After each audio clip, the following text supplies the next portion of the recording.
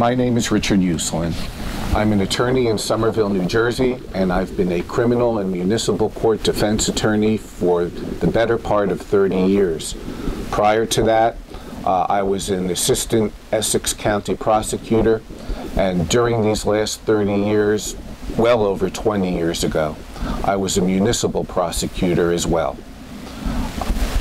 In the first part of my video having to do with drugs in Madison, I discussed search and seizure issues. But assuming that the evidence may be admitted, not admitted into evidence, but assuming that that evidence was lawfully recovered, I don't want you to lose hope, because an experienced defense attorney has various ways to still challenge that evidence. And what I'm discussing now is the scientific aspect of that evidence.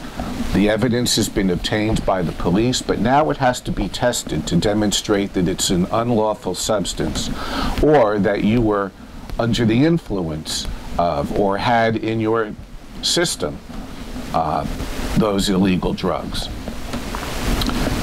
They're going to try to do that in a number of ways. The first is in the event of drugs that were recovered from you or from your car, to have that tested by a chemist employed by the state police laboratory, who's going to use various procedures, including but not limited to mass spectroscopy. I have a chemistry background. I know how to read those chemists' reports. I know that it's important to require them to come to trial, because it may not be easy for them to come. There's only so many of them in the state. I can cross-examine them because I know the subject matter that they're going to be testifying to. Another way that drugs are proved to be illegal, particularly if they're in your system, is by obtaining specimens of your blood or urine. In the case of blood, that's done by a phlebotomist, who oftentimes, but not always, uses a blood kit provided to them by the local or state police. I want to get that blood kit. I want to make sure that the instructions in that blood kit were followed to the T correctly. I want to get the hospital records. I want to make sure that blood was drawn in a medically acceptable manner. In the case of urine, urine is waste.